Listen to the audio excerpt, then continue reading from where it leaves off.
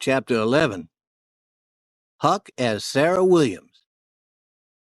"Come in," said the woman, and I did. "Sit down."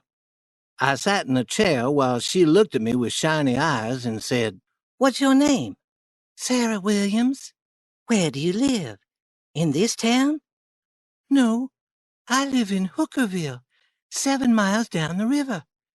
I've walked from there, and I'm tired. My mother's sick and has no money, and I've come to tell my uncle, Abner Moore. He lives in this town, but I've never visited him. Do you know him?"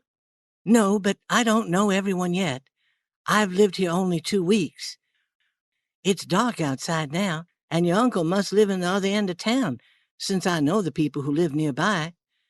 I don't think that it will be safe for you to look for your uncle's house in the dark. My husband will be home soon, and he can help you." "I won't need help. I'm not afraid of the dark." "Then you must not have heard about the murder." And she told me all about how Huck Finn had been killed and his murderer had not been caught. "Who do people think did the killing?" I asked. "Most people thought his pap murdered him. At least that's what they thought at first. But then they changed their minds. Now they say he was murdered by a runaway slave named Jim. He ran away the very night that Huck Finn was killed. A large reward, $300, will be paid to anyone who catches Jim. A reward of $200 will be paid to anyone who finds Huck's father. He had come to town the morning after the murder and told about it. Then he went out on a boat with many others to search for Huck's body.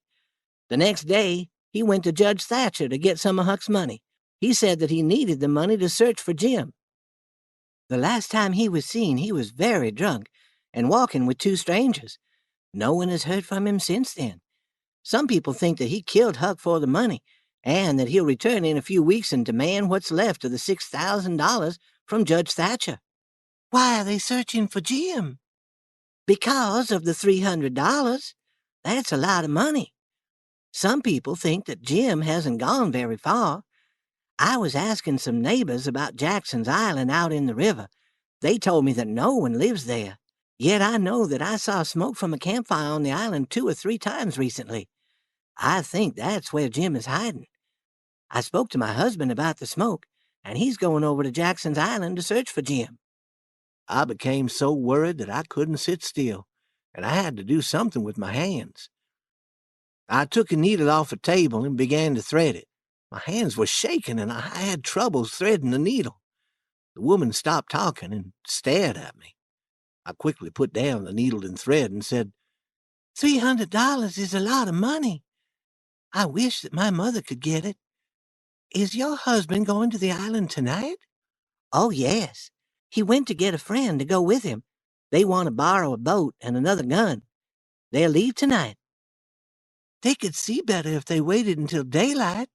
"Yes, and Jim will be able to see better, too. After midnight, he'll be asleep. They can find his campfire easily in the dark." "I didn't think of that." The woman looked at me in a curious way. I felt very uncomfortable. Next, she asked me, "What did you say your name was?" "M- Mary Williams." I was afraid to look in the woman's face. Had I said Mary before, or had I said Sarah? "Dear, I thought you said your name was Sarah when you first came into the house." "Oh, I did. My name is Sarah Mary Williams. Some people call me Sarah, and some call me Mary." "Is that the truth?" "Yes." I was feeling a little better, but I wished I could leave.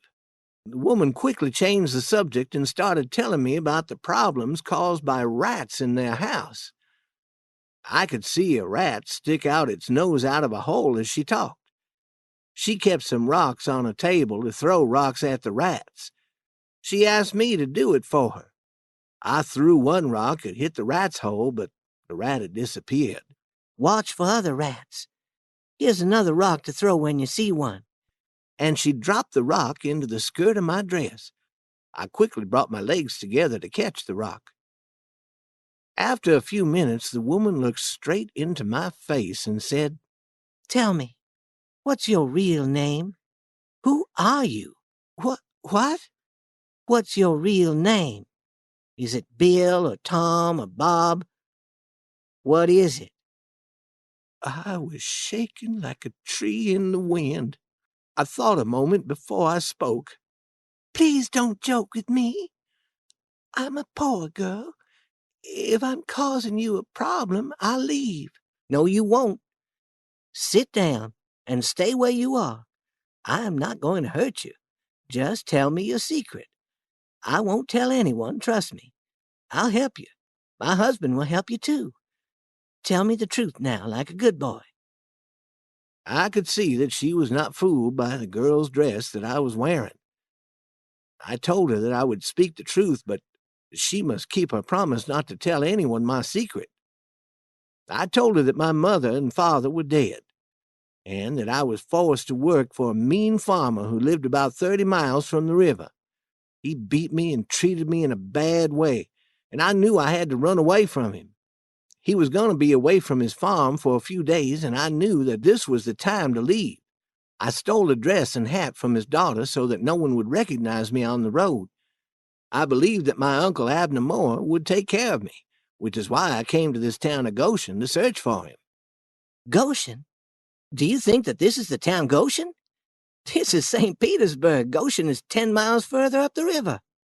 Oh, well, if this is St. Petersburg, then I must leave. By walking quickly, I should get to Goshen in the morning. "Wait, I'll give you some food to take with you. Before you leave, tell me your real name." George Peters. "Remember that name, George. Don't tell me later that it's Alexander, and then that it is George Alexander. And don't try to be a girl again. You might fool a man, but you never fool a woman. When you thread a needle, don't hold the thread still and bring the needle to it. That's the way a man does. A woman always holds the needle still and brings the thread to it.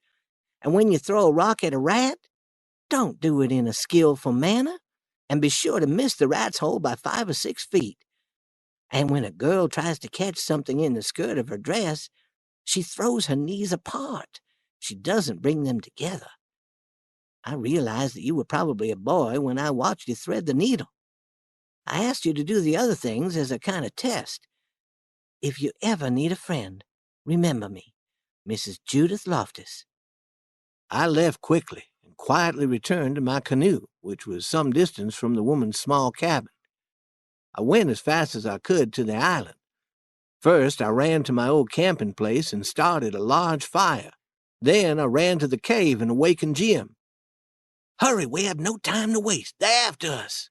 Jim asked no questions. He said not a word. We loaded all our supplies onto the raft that we had found a few weeks before. We worked in the dark. 30 minutes after I reached the cave, we were ready to leave. Jim was on the raft with the supplies, while I rowed the canoe. We stayed close to the island as we traveled, protected by the tree branches that grew out over the water. We soon passed the end of the island, and we were out in the open river, and neither one of us had spoken a word.